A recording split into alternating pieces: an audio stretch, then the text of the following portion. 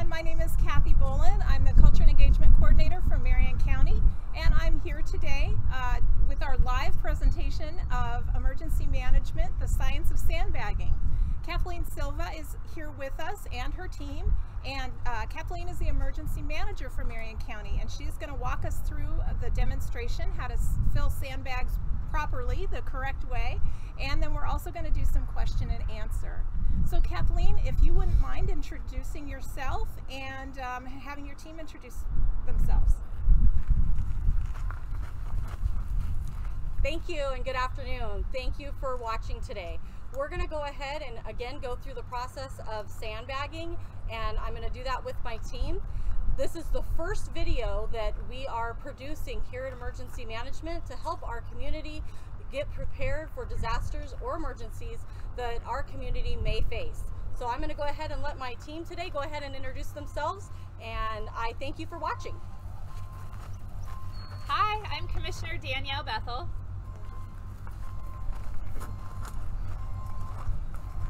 Hi, I'm Krista Carter. I'm the Program Coordinator. Hi, I'm Crystal Williams. I'm also Program Coordinator with Emergency Management. Hi, I'm Mike Hintz. I'm the county's Emergency Preparedness Coordinator. Hi, I'm Greg Walsh, the City of Salem Emergency Manager. I'm going to show you the tools that you can use to sandbag. First, we're going to start with the types of bags. This here is a plastic bag. This one here is a woven bag. And then you also might find burlap. These are available at your local retail stores for you to purchase.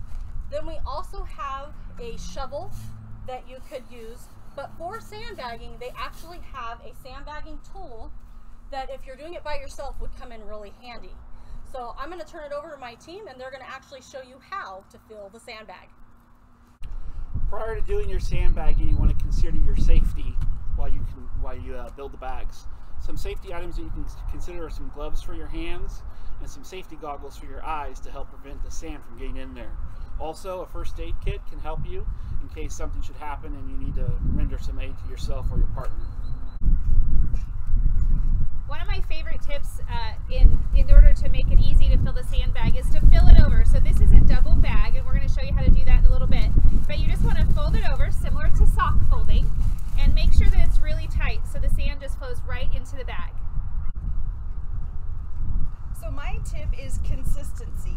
If you look at these bags that have already been filled, you will notice that some of them are a little bit more full than others, and that's going to make it really hard to stack them when you go to stack your wall. So being consistent in keeping them equal and only filling them up half to a third, otherwise they're too heavy, then you will be able to stack them better if they're not over full.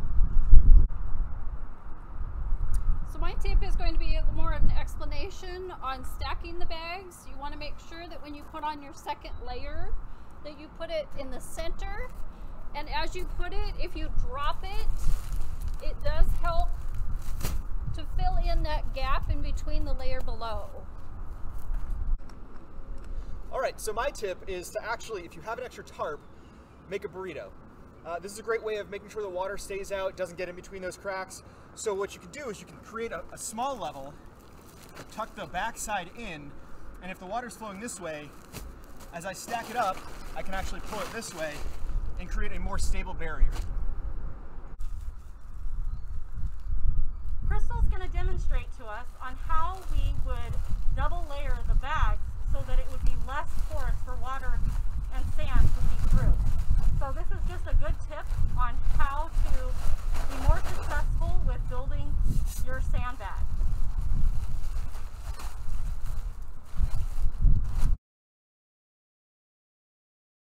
Now we're going to have Krista help Crystal fill the sandbag using teamwork. And again, we're only going to go either a half the way or a third of the way full so that we can stack them along the wall to prevent the water from seeping in.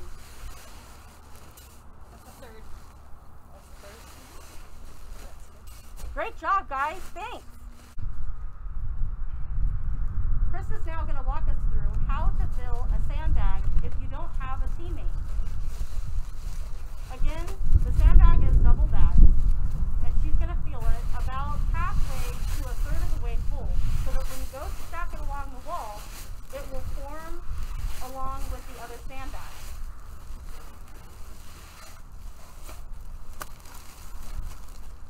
Great job, Krista. Another tip is to take your time. Take breaks if needed, and please don't fill too full because you can hurt your back.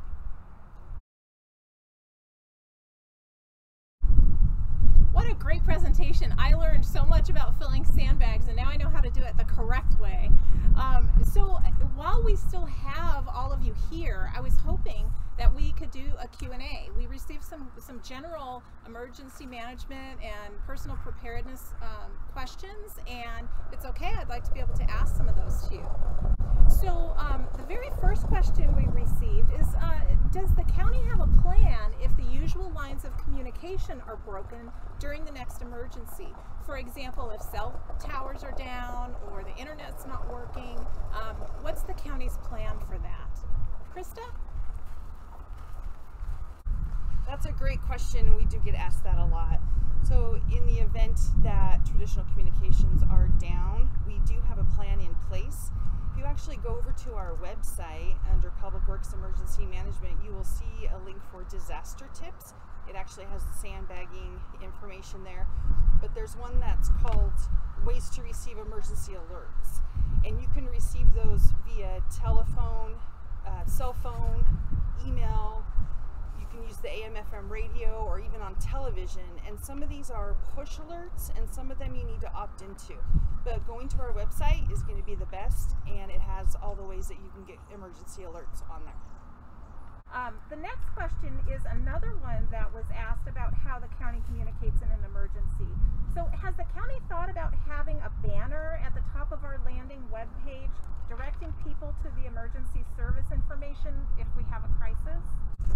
As a matter of fact, Marion County does have a banner across the top of all of the web pages, and there are little buttons at the top that right now say COVID and one for wildfires, and next to that states emergencies and alerts, and if you go there you will get the most recent information needed. So due to the recent ice storm, a lot of people lost power, and many of them didn't have wood-burning fireplaces. So could you discuss what preparations one could make to stay warm without a wood-burning fireplace if something like this happens again? Of course, here at Emergency Management, we always think safety first. So some inexpensive ways that you can stay warm without having a wood-burning fireplace is to have some extra blankets on hand, or you could layer your clothing, or have a small room that you've designated where you can go and build off of your body heat from others. I also would like to point out that if you do use a generator for warming, that you do want to operate that generator outside, and you want to be away from doors and windows so that carbon monoxide doesn't come back into the building.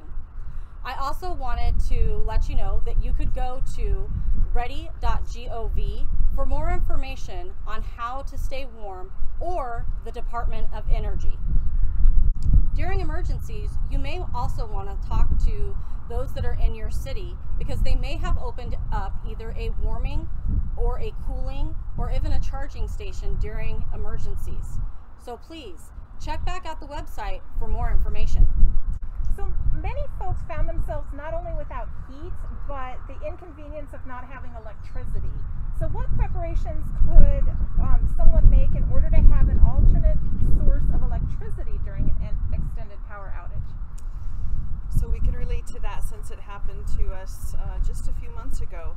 So have a plan in place on what sort of things you want that need electricity in your house. So if you're looking for a heat source, you'll want something for your furnace. If you're looking for your refrigerator, freezer, that's going to be a larger purchase with probably a generator. But with the battery powered flashlights and battery powered radios, that is small and convenient. Have extra cell phone chargers around. You can invest in solar panels. There's another whole caveat to that, but just like the generators that Kathleen was talking about, that might be a way to go. Since we brought up generators, let's go into a little more detail about the safety surrounding generator use. Could you explain how to safely use a generator, how to avoid carbon monoxide poisoning, and how to safely store gasoline to power that generator? Of course, thank you for asking. Again, here at Emergency Management, safety is always first. First, you need to acknowledge that there are many different types of generators. So you're actually going to want to follow the manual and guidelines that the manufacturer has laid out on the usage of your generator. To avoid the carbon monoxide poisoning, you definitely want to store and run your generator outside and away from doors and windows to avoid that carbon monoxide poisoning. For fuel, I'm going to direct you to the Department of Energy where they can talk about fuel storage. But here's a couple of tips that I was able to locate for you. They state that you do not want to store your fuels next to a heat source, and you do not want to store them inside where people occupy the space. So please remember to store them safely and store them in containers that are marked with what is being stored. Gasoline, diesel, propane, kerosene. Those are different fuels, and you want to make sure that you're keeping them in a cool place. The one tip I would provide is to get a kit, make a plan, and stay informed. Those are the three big things when an emergency or disaster happens. These kits have a lot of equipment in them and supplies, including food and water that is definitely needed. In addition, kits are available for animals, children, and cats and dogs, so get a kit. So I'd like to personally thank you for your presentation today. I've learned a lot, and you've provided us with many resources, some of which we'll provide at the end of this presentation, at the end of this video. So as a reminder, those watching, you can get more detailed information if you go to the Marion County Emergency Management page. There's several links there that you can use. So just remember, get a kit, make a plan, stay informed.